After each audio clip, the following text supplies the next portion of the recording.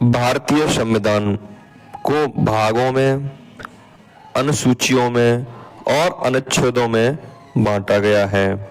अगर हम बात करें मूल संविधान की, तो भागों की संख्या उसमें 22 थी, अनुसूचियों की जो संख्या थी वो 8 और अनुच्छेद 395 थे। अगर हम बात करें वर्तमान समय में भागों की संख्या 26 है, लेकिन इसमें एक भाग को निरस्त कर दिया गया है जो भाग 7 है। भाग 1 में क्या है? संघ एवं उसके राज्य क्षेत्र, अनुच्छेद 1 से लेकर 4 तक वर्णन है। भाग 2 में नागरिकता का बारे में बताया गया है जो अनुच्छेद 5 से लेकर 11 तक है। भाग 3 में मौलिक अधिकार या फंडामेंटल राइट रखे गए हैं जो अनुच्छेद आपके 12 से लेकर 35 तक हैं। भाग 4 की बात करें, राज्य के नीति निर्देशक तत्व, अनुच्छेद 36 से लेकर 51 तक इनका वर्णन है। भाग 4 का में मूल कर्तव्यों का वर्णन है जो 42वें संविधान संशोधन अधिनियम 1976 में जोड़ा गया था, जो अनुच्छेद 51 ए है। भाग अगर 5 की बात करें, संघ की शासन व्यवस्था के बारे में वर्णन है जो अनुच्छेद 52 से लेकर 151 तक है। भाग 6 की बात करें, राज्य का शासन व्यवस्था के बारे में बताया गया है जो अनुच्छेद 152 से लेकर 237 तक है। अगर हम बात करें भाग 7 की, तो वह निरस्त कर दिया गया था। इस भाग को अनुच्छेद 238 7वें संविधान संशोधन अधिनियम 1956 के द्वारा निरस्त कर दिया गया। भाग अगर 8 की बात करें तो संघ राज्य क्षेत्र, अनुच्छेद 239 से 242 तक। अगर हम भाग 9 की बात करें तो पंचायतों का वर्णन है, अनुच्छेद 243 में इसका वर्णन है।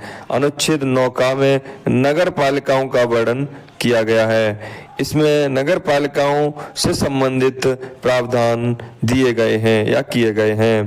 भाग 10 की बात करें, अनुचित और जनजाति क्षेत्र के बारे में, अनुच्छेद की बात करें 244 से लेकर 244 का तक इसका वर्णन है।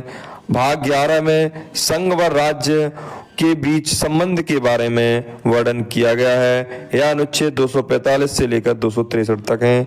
भाग अगर 12 की बात करें तो वित्त, संपत्ति, संविदाएं और बाद, अनुच्छेद 264 से लेकर 300 तक वर्णन है।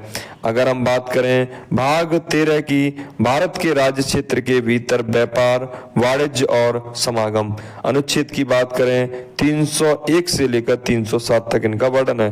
भाग 14 की बात करें, संघ और राज्यों के अधीन लोक सेवाएं, अनुच्छेद 308 से इनका शुरू होकर 330 तक इनका वर्णन है। अनुच्छेद 14 का अधिकरण के बारे में दिया गया है जिसमें अनुच्छेद 323 का से लेकर 323 खा तक इनका वर्णन है।